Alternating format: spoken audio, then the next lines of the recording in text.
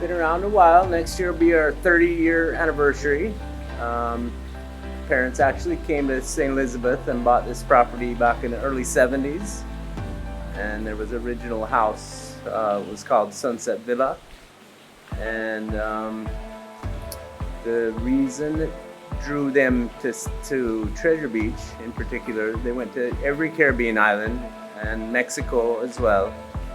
They traveled a lot, and they fell in love with the people of this area.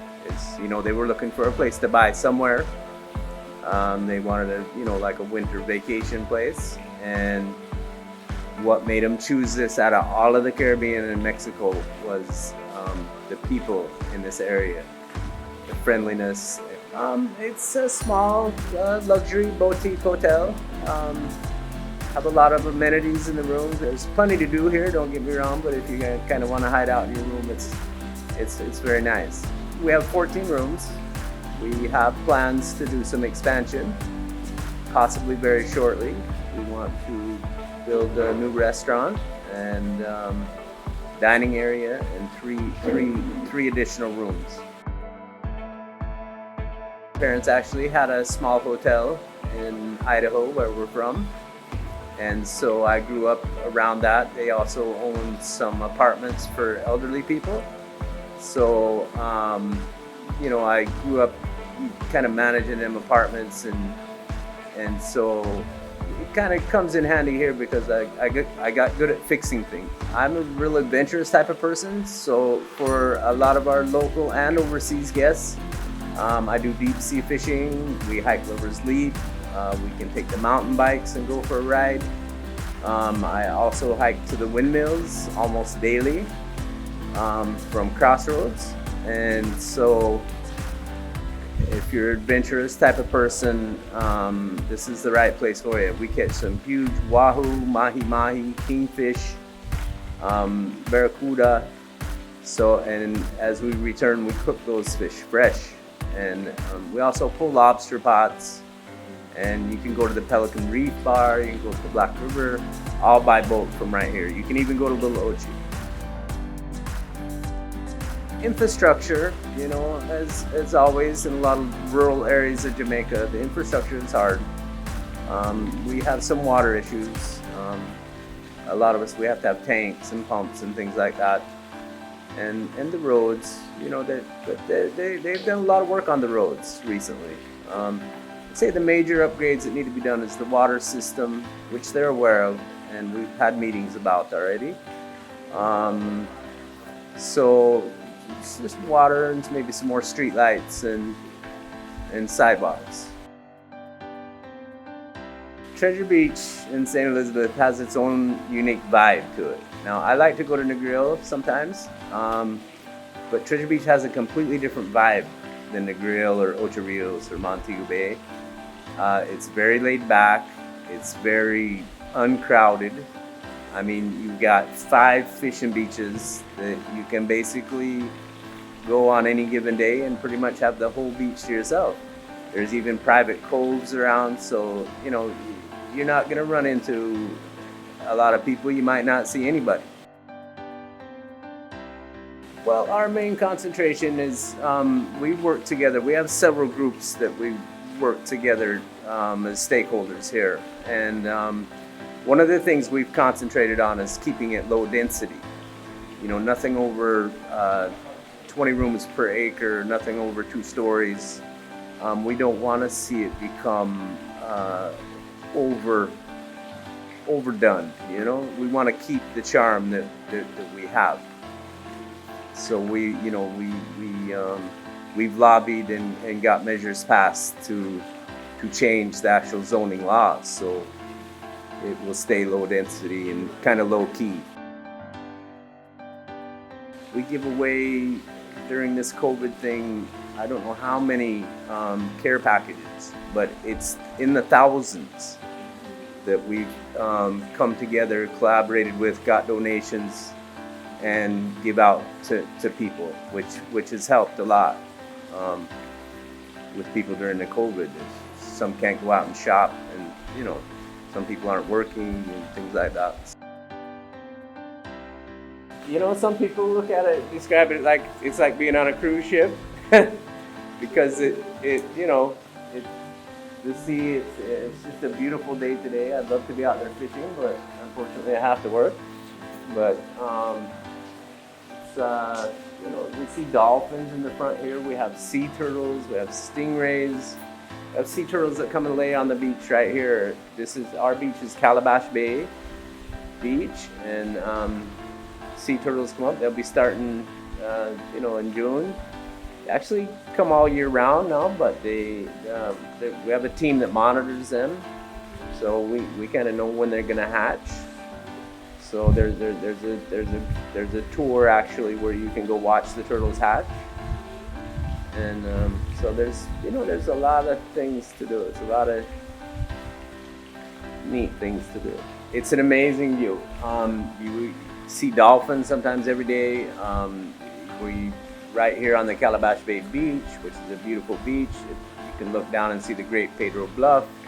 We have the most beautiful sunsets at night. You can watch the flash as the sun hits the ocean, which is an experience in itself. It's just an amazing view. We do a lot of weddings here. We have entertainment sometimes. We do a lot of different events, birthday parties. You know, some of the things since COVID, we always did fireworks on New Year's. You know, we had a big New Year's party. Last year, you know, due to COVID, none of that was allowed, of course, but we're looking forward to getting back to, you know, some of the bigger events, because the events right now are, you know, as you know, are restricted, so to a certain extent, to 10 people. So. Yeah, Sunset's also involved. It's the home of the Janet Kalu Breast Cancer Foundation, which is a nonprofit charity which helps people in the area specifically with breast cancer. They do help a few other people. My mother died of breast cancer, and my spouse Janet, she had a stage 3 HER2 positive breast cancer, and survived it. And so she actually started that foundation. So she does not a triathlon, a 5K every year to raise money. And she also, although she did part of her treatment here, she was lucky enough to get some treatment in the U.S., and it was actually at Stanford University in San Francisco, one of the top breast cancer places in the world. And her doctors, Dr. Pegram, has been back here several times. And last year they did not last year, but the year before, they did a symposium where they met with some local doctors, and they did some lectures on new medicines and the new treatments and things like that in regards to breast cancer. So they're actually thinking about going more bigger with it, so to speak, like possibly doing something in Montego Bay or Kingston. Because, for example, her oncologist, Dr. Pegram, he actually was a major part of developing the drug Herceptin, which is what she took, and that's for a certain strain of breast cancer called HER2 positive, which is a very aggressive one. So, you know, it's been very good to share. I mean, that she has a whole story on her own of what she went through and how it started out, how she started the treatment here, and how she got up there, and it's an amazing story. So that would be for another day, but it really is an amazing story. Contact Janet Kalu. Yeah, they can get her here. The number is 965-0143. Just ask for Janet. She's usually here every day, and yeah, she works very hard for that foundation. Well, you know, I almost every day I hike 8 to 10 miles, sometimes further, or I mountain bike. I also do a little bit of motocross on dirt bikes, so that's definitely a good de-stressor. And I do a lot of deep sea fishing. You know, I used to do a lot more, but I'm so busy anymore that, you know, I don't get the time. But it's still if I have a good week, I'll get out there 2 days a week. You know, so and we go far. We go up to 25 miles out, and that's quite an adventure in itself. So real easy to get away from it. The cell phones don't work out there, so. Okay, both of our kids were born and raised here in Jamaica, which I'm very proud to say.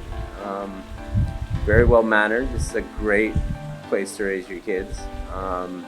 My daughter graduated from Hampton. My son graduated from Monroe. Both are in the U.S. now. One is in her 4th year of college and is doing excellent. She has a 3.98 grade point average. My other son, that's my daughter, Kory, my son Kyle, has landed a job right at 18 years old, a very good job, and they're getting ready to put him through college and pay for it.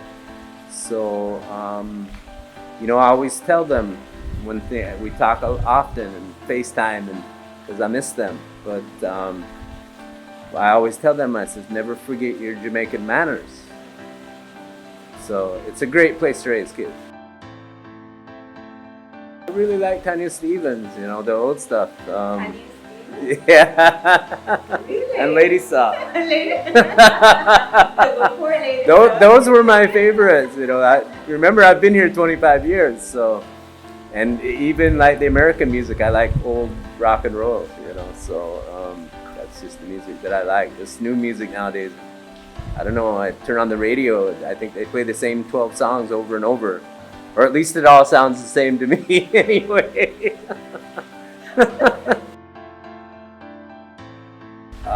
Probably some I couldn't mention.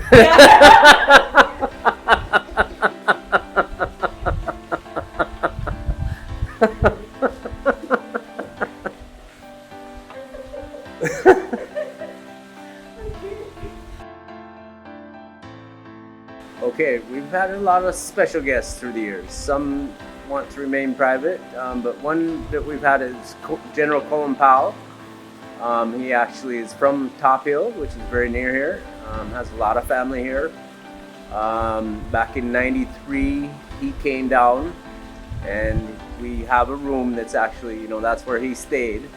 And Barbara Walters actually came from CBS and did an interview with him. This is when he was thinking about running for president of the United States. And so Barbara Walters, Colin Powell stayed here. There was a time when we were working together with the U.S. Air Force that were stationed in this area. So we invite everybody to come down. It's a great place. It's a great area. You can enjoy the beach, the pool. You can just lounge around. You can be active. You can. So it's just a lovely place, lovely area. You definitely enjoy it here. Plenty to do or not to do. It's kind of up to you. We have all the protocols in place. We have plenty of sanitizers, plenty of masks, everything. And like I say, you're kind of spread out. Our rooms are big. Our rooms are spread out. It's pretty safe here. It's you're not going to be like crowded with people or anything like that. You can really relax and keep your social distancing and things like that.